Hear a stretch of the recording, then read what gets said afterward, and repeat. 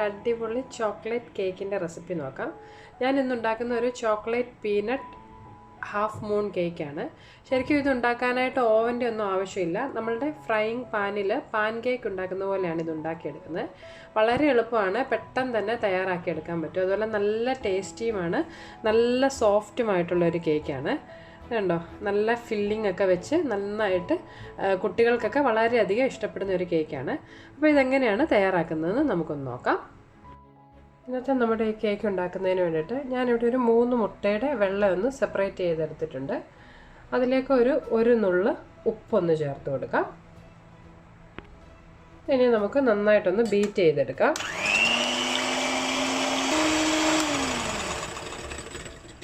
ഇതിലേക്ക് ചേർക്കുന്നതിന് ഞാനൊരു 3/4 കപ്പ് പഞ്ചസാര എടുത്തിട്ടുണ്ട്.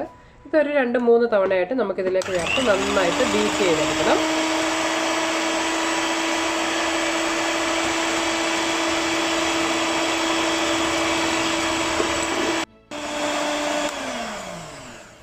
ഇതിപ്പോൾ ഞാനിവിടെ നന്നായിട്ടൊന്ന് ബീറ്റ് ചെയ്തെടുത്തിട്ടുണ്ട്. ഇത് നമുക്ക് മാറ്റി വെച്ചതിന് ശേഷം 3 മുട്ടയുടെ മഞ്ഞ ഞാനിവിടെ എടുത്തിട്ടുണ്ട്. ഇതിലേക്ക് ഒരു ടീസ്പൂൺ വനില എസൻസും കൂടെ ചേർത്ത് നമുക്ക് നന്നായിട്ടൊന്ന് ബീറ്റ് ചെയ്തെടുക്കണം.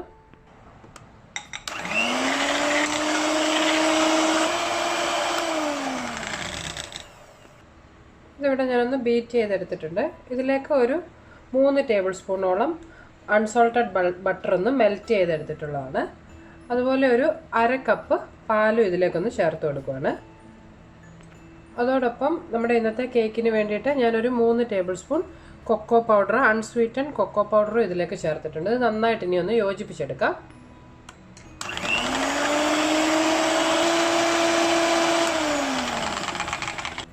ഇതിലേക്ക് ഞാനിനി ഇന്നത്തെ കേക്കിന് ആവശ്യമായിട്ടുള്ള മൈദ ചേർത്ത് കൊടുക്കുകയാണ്. ഞാനിവിടെ ഒരു 1/2 കപ്പും 2 ടേബിൾ സ്പൂണും കൂടിയുള്ള അത്രയാണ് മൈദ എടുത്തിട്ടുള്ളത്. അതോടൊപ്പം ഒരു ടീസ്പൂൺ ബേക്കിംഗ് പൗഡർ കൂടി ചേർത്ത് കൊടുത്തിട്ടുണ്ട്. ഇനി നമുക്ക് നന്നായിട്ടൊന്നുകൂടി ഒന്ന് യോജിപ്പിച്ചെടുക്കണം. ഞാനിപ്പോൾ എളുപ്പത്തിന് വേണ്ടി ആ ബീറ്റർ കൊണ്ട് തന്നെ ഇതൊന്ന് ബീറ്റ് ചെയ്തെടുക്കുകയാണ് കേട്ടോ. ബീറ്റർ ഇല്ലാത്തവരൊരു വിസ്ക് കൊണ്ടാണേലും ഒന്ന് യോജിപ്പിച്ചെടുത്താൽ മതി.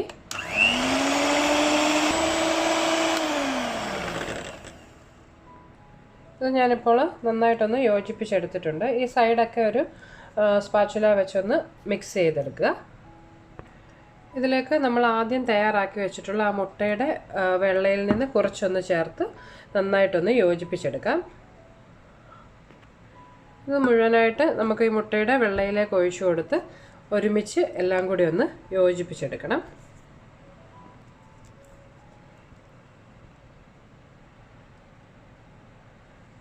ഇതിന് നന്നായിട്ടൊന്ന് മിക്സ് ചെയ്തെടുക്കാം. ഇപ്പോൾ നമ്മുടെ കേക്കിനുള്ള ബാറ്റർ തയ്യാറായിട്ടുണ്ട്. ഇതുപോലെ നല്ല ലൂസായിട്ടുള്ളൊരു കൺസിസ്റ്റൻസിയിൽ വേണം ഇതാക്കിയെടുക്കാൻ. അടുത്തതായിട്ട് നമ്മുടെ ഇന്നത്തെ കേക്ക് ഒരു പാൻ കേക്കിൻ്റെ രൂപത്തിലാണ് നമ്മൾ ഉണ്ടാക്കിയെടുക്കുന്നത്. അതിന് വേണ്ടിയിട്ട് ഞാനിവിടെ അടുപ്പിൽ ഒരു പാൻ ഒന്ന് നന്നായിട്ട് ചൂടാകാൻ വെച്ചിട്ടുണ്ട്. ഇത് ചൂടായതിന് ശേഷം അതിലേക്ക് നമ്മൾ തയ്യാറാക്കി വെച്ചിട്ടുള്ള ബാറ്ററിൽ നിന്ന് കുറച്ച് ബാറ്റർ ഒന്ന് ഒഴിച്ചു കൊടുക്കാം. പാൻ കേക്കിനൊക്കെ തയ്യാറാക്കുന്ന പോലെ തന്നെ ഇതുപോലെ ഒരു 2 തവി ബാറ്റർ ഒന്ന് ഒഴിച്ചു കൊടുത്താൽ മതി. അതിനുശേഷം ഒരു അടപ്പ് വെച്ച് ഇതൊരു ലോ ഫ്ലെയിമിൽ ഒരു 4 മിനിറ്റ് നമുക്കൊന്ന് കുക്ക് ചെയ്തെടുക്കണം. ലോ ഫ്ലെയിമിൽ വെക്കണം കേട്ടോ. ഇപ്പോൾ ഏകദേശം ഒരു 4 മിനിറ്റ് കഴിഞ്ഞിട്ടുണ്ട്. നമ്മുടെ ആ പാൻ കേക്ക് ഒരു സൈഡൊന്ന് കുക്കായിട്ടുണ്ട്. ഇത് കണ്ടോ, നമുക്കിങ്ങനെ നന്നായിട്ട് വിട്ടുപോരുന്ന ആ ഒരു പരുവത്തിനായിട്ടുണ്ട്. നമുക്കിത് ഓപ്പോസിറ്റ് സൈഡിലേക്ക് കൂടി ഒന്ന് ടേൺ ചെയ്ത് ഒരു 10-20 സെക്കൻഡ് ഒന്ന് കുക്ക് ചെയ്തെടുത്താൽ മതി കേട്ടോ. കൂടുതൽ നേരം കുക്ക് ചെയ്തിട്ടുണ്ടെങ്കിൽ ഇത് ഓവർ ബേക്ക് ആയി പോകും. പിന്നെ നോൺ സ്റ്റിക്ക് പാൻ ആയതുകൊണ്ടാണ് ഞാനിതിലേക്ക് എണ്ണയൊന്നും തേച്ച് കൊടുക്കാത്തത്. നിങ്ങളിപ്പോൾ ദോശക്കല്ലിലൊക്കെയാണ് ചുടുന്നതെങ്കിൽ ഒരല്പം എണ്ണ തേച്ചതിന് ശേഷം വേണം കേട്ടോ ഈ ബാറ്റർ ഒഴിച്ചു കൊടുക്കുക, ഇല്ലെങ്കിൽ വിട്ടുപോരാൻ പാടായിരിക്കും. ഇതിപ്പോൾ 2 സൈഡും ഒന്ന് കുക്കായിട്ടുണ്ട്. നമുക്കിതിനെ ഈ പാനിൽ നിന്ന് മാറ്റാം. അതിനുശേഷം ഞാനിവിടെ ഇതുപോലെ 2 ബൗൾ വെച്ച് കൊടുത്തിട്ടുണ്ട്. ഇതിൻ്റെ ഇടയിലേക്ക് നമുക്കിതൊന്ന് വെച്ച് കൊടുക്കാം. ഒരു ഹാഫ് മൂണിൻ്റെ ഷേപ്പായി കിട്ടുന്നതിന് വേണ്ടിയിട്ടാണ്. ഇതുപോലെ ഒന്ന് വെച്ചതിന് ശേഷം അല്പസമയം ഇരുന്ന് കഴിയുമ്പോൾ തണുത്ത് കഴിയുമ്പോൾ ആ ഒരു ഷേപ്പിലായി കിട്ടും.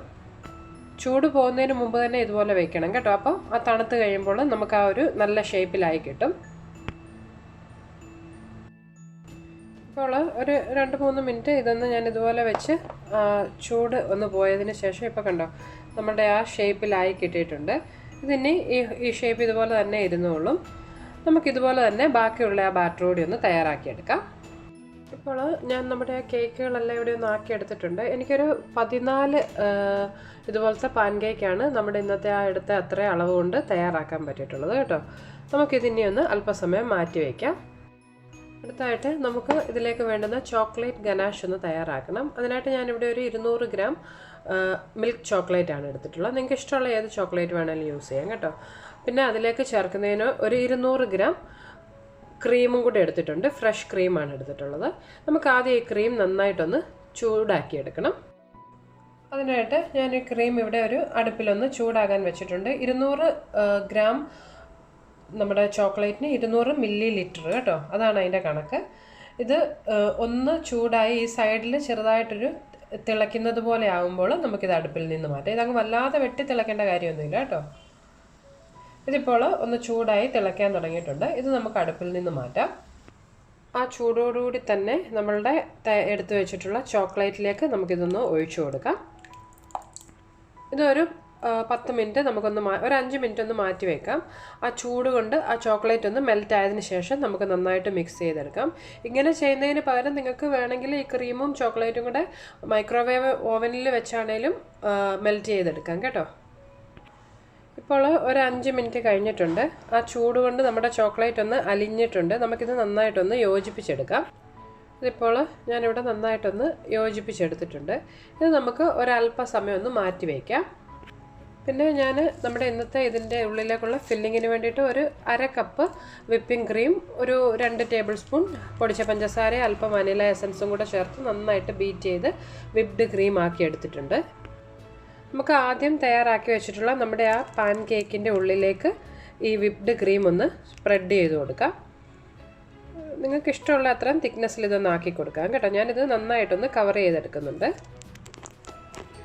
ഇതുപോലെ ഒരു സ്ക്രാപ്പർ വെച്ച് ഞാനിത് നന്നായിട്ടൊന്ന് ലെവൽ ചെയ്തെടുക്കുവാണ്.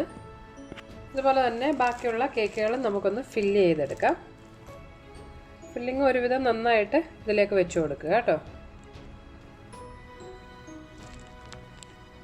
ഞാനിപ്പോൾ ഇവിടെ കുറച്ച് ആ പാൻ കേക്കിലേക്ക് നമ്മുടെ വിപ്ഡ് ക്രീം ഒന്ന് ഫില്ല് ചെയ്തിട്ടുണ്ട്. നിങ്ങൾക്ക് സെർവ് ചെയ്യേണ്ട സമയത്ത് ഇങ്ങനെ ക്രീം ഫില്ല് ചെയ്താൽ മതിയാകും കേട്ടോ.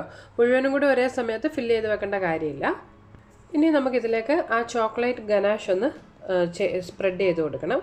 അതിന് വേണ്ടിയിട്ട് ഞാൻ ഇതുപോലെ ഒന്ന് ആ തയ്യാറാക്കി വെച്ചിട്ടുള്ള ചോക്ലേറ്റ് ഗനാഷിലേക്കൊന്ന് മുക്കിയെടുക്കുകയാണ്.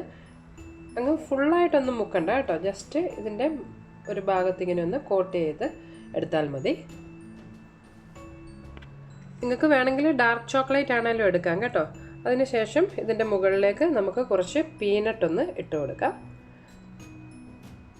ഈ പീനട്ട് ഓൾറെഡി റോസ്റ്റഡ് ആണ്. ഒരല്പം ഉപ്പുമയം ഉണ്ട്. അപ്പോൾ ആ ഉപ്പുമയവും ഈ ചോക്ലേറ്റിൻ്റെ മധുരവും എല്ലാം കൂടി ആകുമ്പോൾ നല്ലൊരു ടേസ്റ്റാണ്. ഇതിപ്പോൾ തയ്യാറായിട്ടുണ്ട്. അങ്ങനെ നമ്മുടെ നല്ല ടേസ്റ്റി ആയിട്ടുള്ള chocolate peanut half moon cakes ഇവിടെ തയ്യാറായിട്ടുണ്ട്. ഇതുപോലെ തന്നെ നമുക്ക് ബാക്കിയുള്ള കേക്കുകൾ കൂടി ഒന്ന് തയ്യാറാക്കിയെടുക്കാം. നമ്മുടെ കേക്ക് ഇപ്പോൾ ഇവിടെ തയ്യാറായിട്ടുണ്ട്. ഇത് ഞാൻ ഇതിലെല്ലാം ആ പീനട്ടൊക്കെ ഒന്ന് സ്പ്രെഡ് ചെയ്തതിന് ശേഷം ഒരു 5 മിനിറ്റ് ഫ്രിഡ്ജിലൊന്ന് വെച്ച് സെറ്റ് ചെയ്തതിന് ശേഷമാണ് എടുത്തിട്ടുള്ളത്. നല്ല സോഫ്റ്റ് ആയിട്ടുള്ള കേക്കാണ് കണ്ടോ, നല്ല സോഫ്റ്റാണ്. അതുപോലെ ഓവനൊന്നും ഇല്ലെങ്കിലും നമുക്കിത് തയ്യാറാക്കിയെടുക്കാൻ പറ്റും. ഇവിടെ ഞാൻ ഒരെണ്ണം ഒന്ന് കട്ട് ചെയ്തെടുത്തിട്ടുണ്ട്. ഇത് കണ്ടോ, ഉൾവശത്തൊക്കെ നന്നായിട്ട് ആ ഫില്ലിങ്ങും ഒക്കെ ആയിട്ട്, അതുപോലെ ഈ പീനട്ടിൻ്റെ ആ ഒരു ഉപ്പ് രുചിയും ഒക്കെ ഉള്ളതുകൊണ്ട് നല്ലതാണ്. എല്ലാവരും ഒന്ന് ട്രൈ ചെയ്ത് നോക്കുക. ഓവൻ ഇല്ലാത്തവർക്കും തയ്യാറാക്കാം. വളരെ എളുപ്പത്തിൽ ഉണ്ടാക്കിയെടുക്കാം. അപ്പോൾ ട്രൈ ചെയ്ത് റെസിപ്പീസൊക്കെ ഇഷ്ടമാകുന്നുണ്ടെങ്കിൽ നിങ്ങൾ മറക്കാതെ അന്നൂസ് റെസിപ്പീസ് എന്നുള്ള എൻ്റെ യൂട്യൂബ് ചാനൽ സബ്സ്ക്രൈബ് ചെയ്യണം കേട്ടോ. നമുക്കപ്പോൾ മറ്റൊരു റെസിപ്പിയുമായിട്ട് വീണ്ടും കാണാം. ബൈ.